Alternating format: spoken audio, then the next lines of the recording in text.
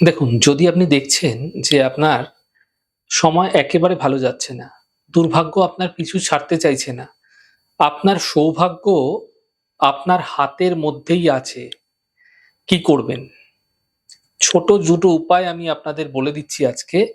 এই উপায়গুলি করে নেবেন, খুব ভালো ফলাফল পাবেন আপনারা। খুব বেশি অর্থ খরচও হবে না। এই প্রক্রিয়াটি করলে বিশেষ ফায়দা দেখতে পাবেন।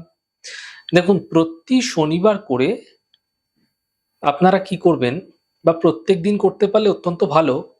সামান্য চিনি আপনারা গুঁড়ো করে নেবেন। একটুখানি চিনি গুঁড়ো করে নিলেন, সমপরিমাণ আটার গুঁড়োর সঙ্গে আপনারা মিশিয়ে একটি কৌটো করে রেখে দিন।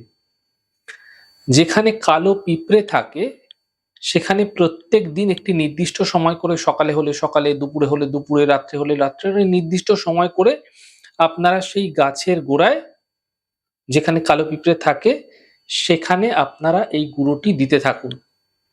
অথবা গৃহের বাইরে কোনো একটি কোণায় রেখে দিন যদি গাছপালা একেবারেই না পাওয়া যাচ্ছে। কালো পিঁপড়ে যখন এই গুঁড়োটি খাবে, আপনার জীবনে যত দুর্ভোগ চলছে তা দূর হতে আপনি দেখতে পাবেন।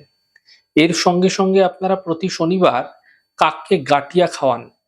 গাঁটিয়া খেতে কাক খুব ভালোবাসে। এই প্রক্রিয়া যদি প্রত্যেক দিন আপনারা করে যাচ্ছেন, খুব সহজ প্রক্রিয়া, খুব সহজ পন্থা।